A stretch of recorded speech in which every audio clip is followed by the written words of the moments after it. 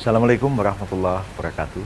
Pemirsa dimanapun Anda berada, salam sejahtera. Saya suka mengendarai mobil sendiri. Ya. Saya sendiri pergi kemana-mana. Kalau di Jakarta, ya kadang-kadang cuma hari libur, hari Sabtu, hari Minggu, ketika jalanan agak lebih sepi. Tapi kalau di daerah-daerah, saya selalu setir mobil sendiri. Saya punya SIM, nih SIM A, juga punya SIM C. Saya kadang-kadang mengendarai sepeda motor di daerah-daerah. Saya ingin sedikit cerita. Peristiwa ini sudah terjadi lama sekali, ya kira-kira tahun 1991. Ya. Pada waktu itu saya mengendarai mobil saya dan kebetulan saya ditilang di Jalan Pemuda di Rawamangun. Tidak jauh dari velodrome balap sepeda di Kampung Ambon, Pulau Mas, Rawamangun pada waktu itu. Ya, ketika di stop oleh Polantas, ya saya patuh dan saya tanya ada masalah apa, dan dia tanya pada saya mana SIM-nya, dan saya tunjukkan SIM-nya ada, STNK-nya saya tunjukkan ada, terus saya katakan apa masalahnya dengan saya. Lalu Polantas itu yang sendirian mengatakan bahwa Anda melanggar garis lalu lintas. Saya bilang saya tidak melanggar karena garisnya putus-putus. Kalau garis putus-putus artinya orang boleh berbelok ke kiri. Kecuali garisnya lurus tidak putus-putus, ya itu saya tidak boleh memotong garis itu.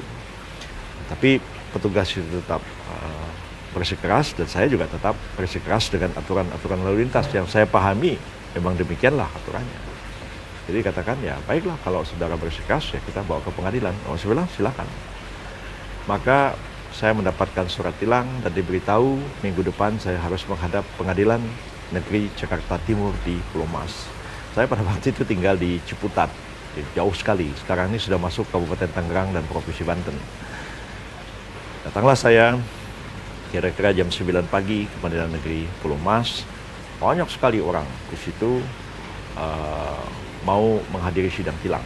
Rata-rata itu orang biasalah, banyak sekali supir angkot, supir kendaraan umum yang lain yang juga menunggu di tilang.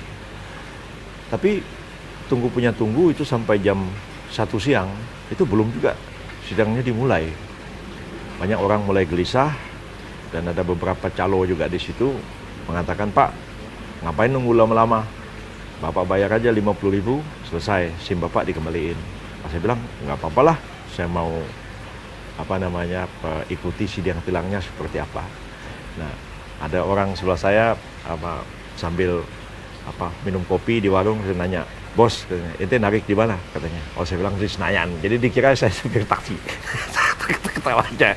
Jadi ngobrol semua begitu ya.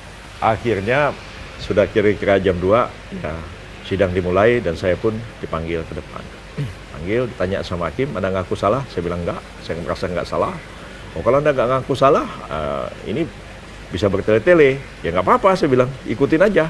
Kalau gitu polisinya harus dipanggil. Ya silakan, saya bilang. Kalau gitu sidang ditunda. Tunda minggu depan. Jadi, waduh, tunda lagi minggu depan, saya datang lagi. Biasa, jam 9 sidangnya mulai kira-kira jam 2 itu. Berjam-jam duduk di pengadilan. Pada waktu itu, polisinya dihadirkan. Polisinya 2 orang. Terus saya bilang, waktu itu yang nilang saya cuma 1 polisinya. Kok sekarang jadi 2? Bagaimana ceritanya? Dan dua-duanya mempertahankan bahwa saya melanggar aturan lalu lintas. Nah, Pak Hakim mengatakan ngaku salah. Kalau ngaku salah, Anda bayar denda berapa begitu. Mungkin cuma 30.000 rupiah apa begitulah.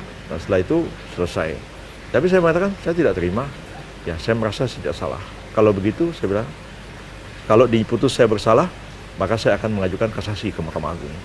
Nah, hakimnya kaget, ya, kaget karena dikira saya waktu itu belum banyak orang kenal seperti sekarang ya. Dia nggak tahu juga siapa, lihat namanya, dosen ya, bilang, iya, dosen Fakultas Hukum UI. Maka saya pun datanglah ke Panitera dan membuat akta banding.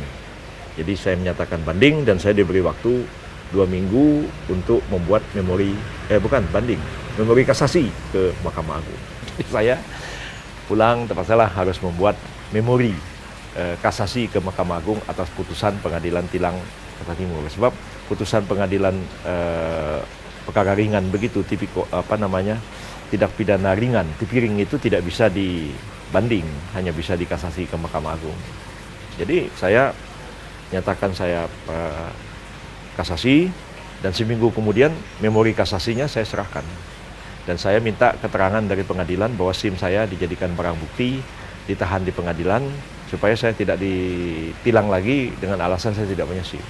Jadi saya dapat surat keterangan bahwa SIM saya dijadikan barang bukti di persidangan pada tingkat kasasi di Mahkamah Agung. Jadi saya tunggu itu ya, dari tahun berapa ya, tahun 89 lah ya, jadi 91 ya. Bertahun-tahun itu nggak ada ceritanya. Jadi selama itu saya nggak punya SIM. Yang saya kantongin adalah bukti bahwa SIM saya itu dijadikan barang bukti. Jadi lama sekali baru terjadi itu menjelang saya jadi Menteri Kehakiman ya. Tiba-tiba saya mendapat putusan dari Mahkamah Agung bahwa perkara saya dimenangkan.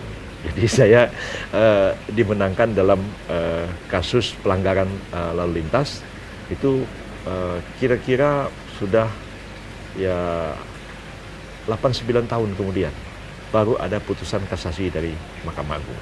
Dan saya pun ketawa-ketawa.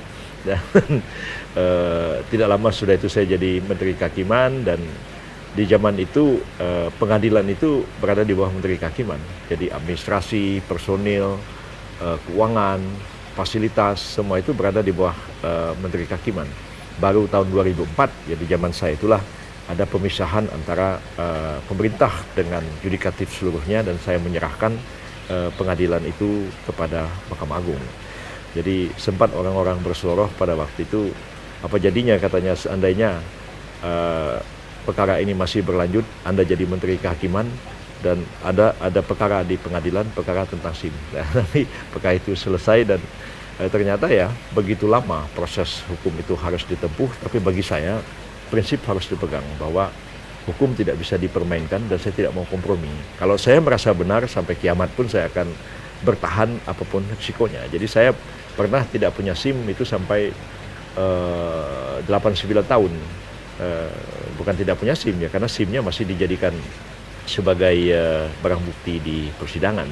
Nah, banyak orang mengatakan Anda ini cari-cari masalah aja, buang-buang waktu, buang-buang energi, harus membuat memori kasasi segala macam. Tapi saya pikir semua itu memang harus kita tempuh supaya hukum itu betul-betul kita patuhi.